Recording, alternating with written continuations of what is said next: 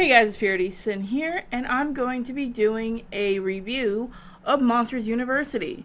You'll have to forgive me if I'm not in my normal spot. I've actually got one of the new places to record, but I just didn't set it up, so I'm just going to be wandering around here and talking. So I'm going to put it out there that I wasn't a huge Monsters Inc. fan. I liked the movie okay, but I did see a lot wrong with it when I saw it. It was good. It wasn't perfect, it was good. So I was kind of skeptical about this one, but the more I saw the trailers, the more I thought it might be fun. Well, I saw it with a couple people, and unfortunately they're not here to, really say anything. But I personally like this one a whole heck of a lot more. Apple one.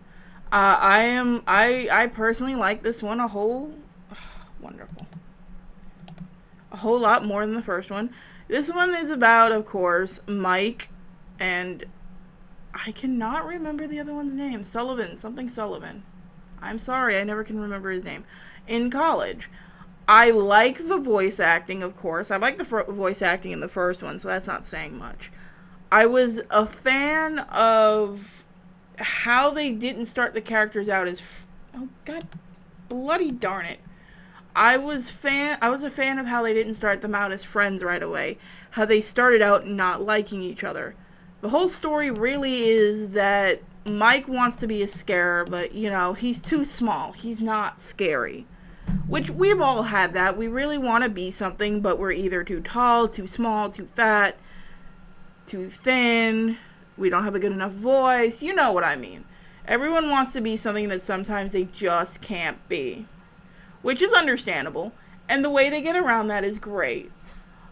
Like I said, I like Nathan Fillion as the jock, like the leader of the fraternity, one of the fraternities. It was good.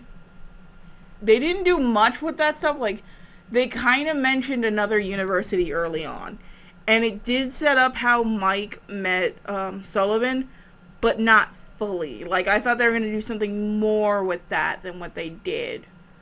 Which, that's fine, Some of it felt rushed, I'm going to say that much. Some of it did feel very rushed.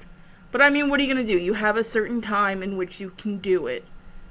Personally, I thought they did good with what they had. It had Pixar humor. When I went to see it, there were kids behind us. And I'm going to reiterate, I hate children, and that proved it, because those little kids wouldn't shut up. This really wasn't a movie to bring little kids to. But, I had to deal with them. Which, that was so much fun, let me tell you. Hearing little kids scream and stuff is just so great in a movie theater. Anyway, getting off topic here as I always do. That's why you guys love me. I don't want to give too much away, but the movie's pretty obvious. It's Mike trying to prove himself as being scary. The dean and no one else believing in him and what happens. I like the side characters. They really did do good with the side characters. And I don't want to say too much about the side characters, but there is a joke. There are two jokes I really like that had to do with the two of the side characters. One toward the middle of the movie with the mother of one of the characters, which made me laugh my butt off when I'm just going to say it, she goes...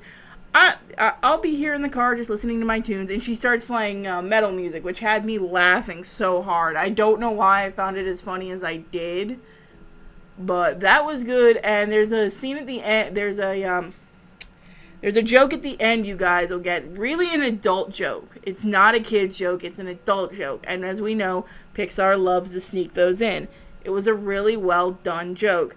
Unfortunately, I didn't see the Toy Story pizza truck in this. Well, yeah, actually I did. Never mind, I do know where it was hidden in this movie. And of course, they did nods to other Pixar movies, as they always do, which was nice.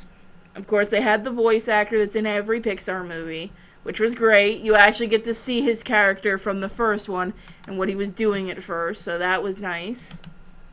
And I broke it. Yeah, I broke it. Anyway, I broke it. So, other than that, I would say, honestly, I don't think it's going to be in theater. It's back. It's not going to be in theaters too much longer, I believe. I think I've actually got to see one of the last showings of this week that it's going to be in my theater. But let me give you guys my thoughts on my grade on it.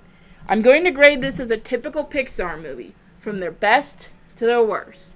And where do I put this on their best to their worst list? Just one? Nah. Just two? Nah. I'm going to give it, I'm going to give it 3.5. It wasn't their greatest movie. It wasn't their worst movie. But it was still a good movie. I'd still rather see this one than the first one. Which, haters, come at me. Come on. You know you love The Sinner and Her Thoughts. But yeah, I would say check this out. It's definitely a very funny movie. You don't have to bring the kids. This is something I think college students would get a crack out of. Adults will love it too. And there are definitely some jokes that are not meant for children. So remember that going in and get ready to laugh. I think it was good. So this is Purity Sin signing off, and I will see you guys with the next Purity's review in Minecraft. So, see ya, boys.